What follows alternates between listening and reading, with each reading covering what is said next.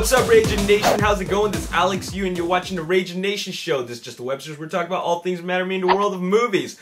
Let's talk about Terminator Genisys. Terminator Genisys is the reboot for the Terminator franchise. Yes, that's right, I said reboot. It is not a sequel. It is not a follow-up to Terminator Salvation. It is in fact a reboot and a retelling directed by Alan Taylor, who directed Thor.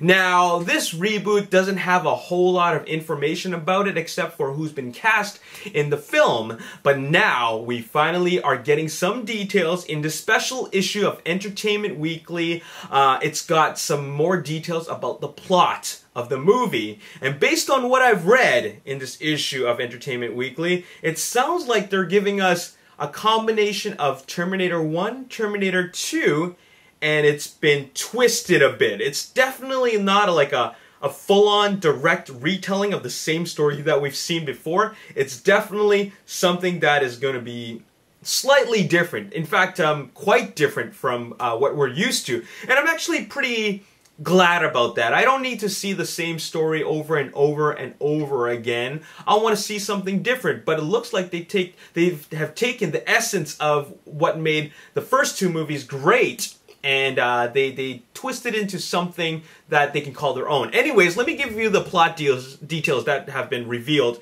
in the special issue of Entertainment Weekly.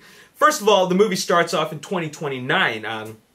Kyle Reese and John Connor are battling the machines, and then I don't know how much of a chunk the future sequence takes up of the movie, but what happens is that John Connor sends Kyle Reese to go back in time to 1984, and his mission is to protect Sarah Connor, but also prevent John Connor from ever being born.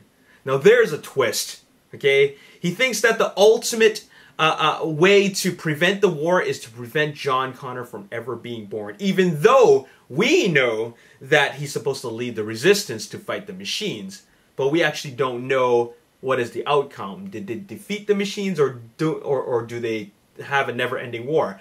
Anyways, he told Kyle Reese that he wants to prevent John Connor from ever being born. So he goes to 1984, and he finds he finds Sarah Connor. Okay, he finds Sarah Connor. I just spit on myself. He finds Sarah Connor, but there's something different here. Sarah Connor is not raised by her parents. She's in fact orphaned.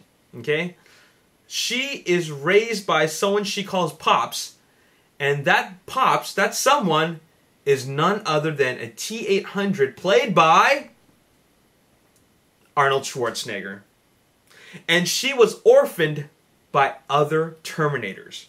Okay, that is the plot. That's it. That's all that's being revealed. So let me just reiterate this for you. Starts off in 2029, Kyle Reese and John Connor are fighting the machines, and then John Connor tells Kyle Reese that I want to send you to the past, and I want you to prevent me from ever being born. Kyle Reese goes into 1984. Kyle Reese meets Sarah Connor, and then he meets the Terminator that's raising her, and then he also learns that her parents were killed by other Terminators. So this is definitely different from what we're used to. And another thing is that there's some mystery here. Okay, if John Connor isn't going to be born, then what's going to happen in, like, later on? Does Kyle Reese still fall in love with Sarah Connor? And also, the fact that she was orphaned by Terminators makes me wonder: is she does she know that the Pops is also a Terminator? And how does she feel about the whole Terminator? Like, she knows about this war even before, or about this whole like machines deal even before Kyle Reese explains it to her. So there's a mystery there. There's something very, very fascinating about this twist of a story that they're putting on this retelling. So that is going to be very, very interesting.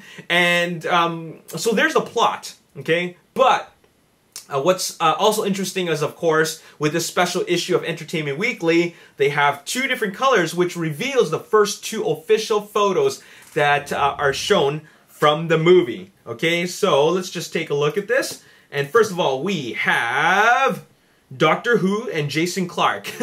We got Matt Smith playing a soldier of the future. He currently has no character name. And then we also have Jason Clarke playing John Connor. And Jason Clarke, you know, I really like him as an actor. He was awesome in Zero Dark 30, and I enjoyed his performance in Dawn of the Planet of the Apes. And looks like they will be fighting Terminators. And check this out. There's the endoskeleton in the background, so nothing has changed there. But check this out. Now here is Jai Courtney playing Kyle Reese, okay? And here's Emilia Clarke from Game of Thrones playing Sarah Connor. One thing you gotta know is that with Sarah Connor being orphaned by Terminators, and then she's also raised by Terminators, or raised by one Terminator, raised by a machine, she herself doesn't have much of a personality. Apparently, according to these plot details, because she is raised by a T-800, she grows up being an antisocial recluse. Like that's how they're putting it. They're calling her an antisocial recluse because she's had no real interaction with humans. She never experienced love. She never experienced love from the one who raised her. All right, so because of that, she's very, very machine-like herself. So this is going to put an interesting spin on the story. But anyways, there you have it. We got we got the first reveal of Sarah Connor and Kyle Reese, and also John Connor and this dude who plays who is the soldier of the future, who's part of the Resistance, and we also have the plot details. So how do you feel about that? Obviously, there's some big changes, and that is preventing John Connor from ever being born, so therefore meaning that Kyle Reese cannot fall in love with Sarah Connor, or at least they can't bang. And also Sarah Connor's parents was killed by Terminators, and she herself is being raised by a Terminator that protects her, and then her personality is zip. Like, she doesn't have a personality because she's been raised by a robot herself, thus making her feel, her being like a robot, or behaving like a robot. So how do you guys feel about these changes? I actually am pretty fascinated by the changes. I'm glad there are changes being made. That way I at least know that there's going to be surprises. And, you know, people don't like reboots, okay? Generally speaking, people are tired of reboots, but you know what? If they already went ahead with the reboot, then at least show me how you can make it different or better, okay? So I'm at least glad about that. So there you have it. Let me know your thoughts in the comment section below.